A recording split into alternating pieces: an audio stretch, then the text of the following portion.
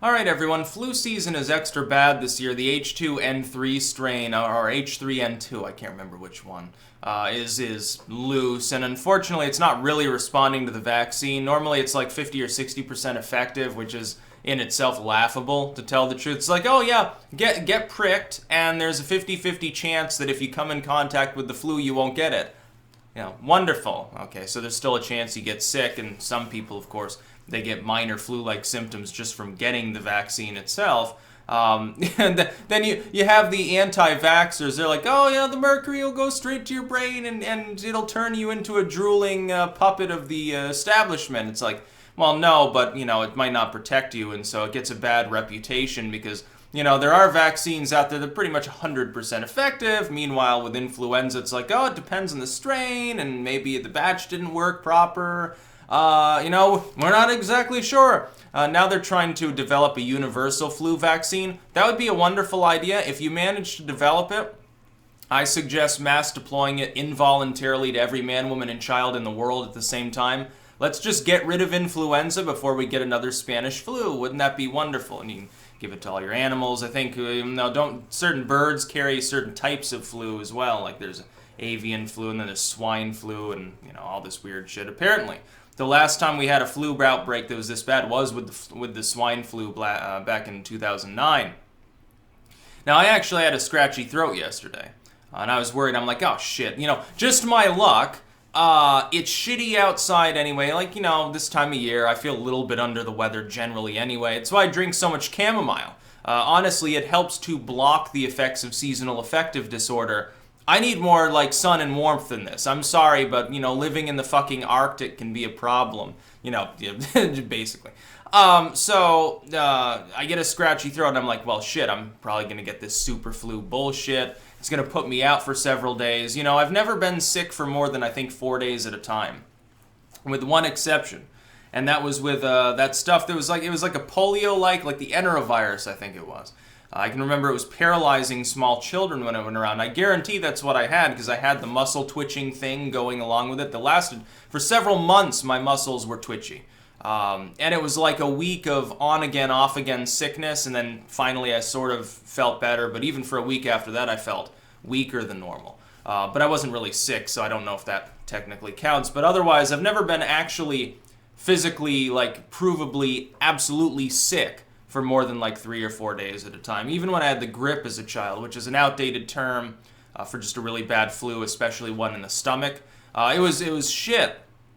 Even then, I think on the 4th day I started to improve. By the 5th day, it was just lingering symptoms. Runny nose, scratchy throat a little bit still, and other than that, I'm like, oh, thank goodness I feel better. Now I can go play with Legos. It's like when a kid that age doesn't even want to play with their Lego sets. It's a real sickness. It's not, hey, I want to skip school and not go, and so I'm pretending. It's not pretense at that point. But yeah. I was worried I was getting sick, but then I downed a couple cups of double-strength chamomile, and then I felt great, actually. Now, I'm not a big believer in homeopathy. A lot of people were flinging basically folk cures at me. Oh, take this garlic mixture, put lime in some oregano or elderberry and all of these other supposed superfoods. Take some wolfberry. Take your soy supplements. I'm sure, someone who wants to knock me off would give me that advice. Or just drink a lot of soy. Yeah, that'll help you. No, that'll scramble your brain, unlike the flu vaccine. I'm not an anti-vaxxer, by the way. I don't believe in that bullshit. That's a far-left conspiracy theory. They're all tinfoil hatters on half the time. The government's trying to control your mind. It's it's hilarious because, they're fundamentally agreeing like Henry Macau or something like that. Or Macau, or whatever the hell his name is. Henry Cow. But thankfully I didn't get sick. It was good because, I get worried. I hate scratchy throats. The worst part of being sick is a sore throat, honestly, for me.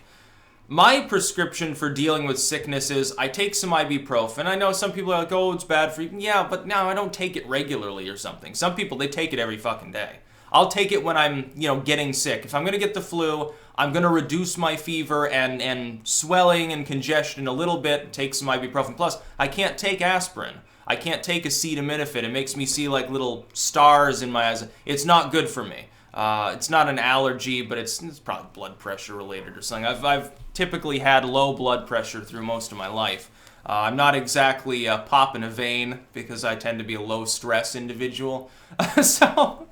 So I can't take fucking acetaminophen, or it's like I get a headache. It's like I'll have a beer.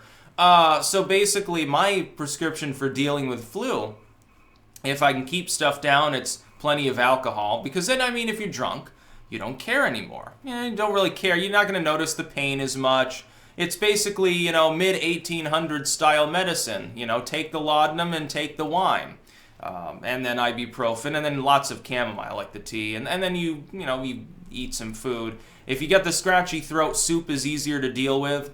Unfortunately, one thing about scratchy throats is orange juice actually stings quite a bit. And orange juice is one of the best things to have when you've got a flu, because it still tastes good. Sometimes when you're sick, things taste odd. Number one, and number two, sometimes you can't keep anything solid down, so you're taking down the juice, and then it hurts your throat to have it. And that was always, as a child, it's like trying chloroseptic.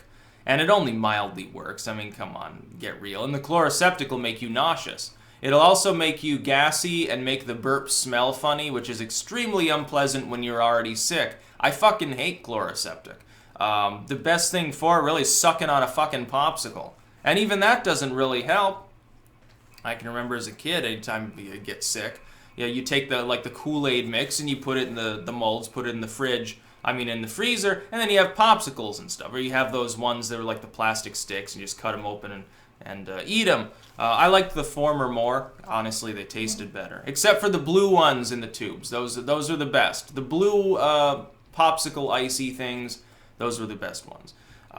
But that was basically what you do when you're sick. Now, of course, I'm over 21, so I don't have to suffer with the symptoms anymore. I can just basically knock myself on my ass, and I don't give a shit. And I'm unrepentant about that. Like, I remember one time in the past, I had whiskey, and I got sick. And I just kept taking shots. Trust me, I didn't really notice that sickness. Of course, I don't really remember that sickness. And it was great. You sit there and listen to some music, put on a weird documentary. I used to watch comedy videos a lot when I was sick. Like, I would just sack out and I would watch, Dennis Leary or Artie Lang, honestly. Basically, it was funny. I still sort of do that. Still have great fun, although I think at some point Artie is going to keel over. So his sickness goes beyond influenza into the realm of, which pills did I snort today? And can I take another dose without having a brain hemorrhage? So it's rather sad to see. But this flu is bad. My recommendation, of course, is do what you need to do not to get infected, preferably, because if you do, you take a few days off. And I know a lot of people, they can't take a day off from their work. It's extra shit for them. It's like they got to drug themselves up, drag themselves in. I'm at leisure maybe to take a day off, but at the same time, it's like, I get antsy when I don't work. I'm a workaholic at this point. I get antsy when I don't sit here and edit my books and make the videos. Trust me, if I get a sore throat and I'm dripping everywhere and coughing and hacking and wheezing, I'm not going to come out on camera. I'm going to look like death. Somebody yesterday was like that I look like a Draugr or the llama from Emperor's New Groove. And I thought that was the funniest thing ever that I've seen. I think it was supposed to be an insult, but it was too funny to be insulting. But I would feel like a zombified or like an ancient reanimated corpse with influenza. And I'm not interested in really showing that side of me on YouTube to a couple 100,000 people. Even if it would be amusing for some people who don't like me. That's about all. Peace out.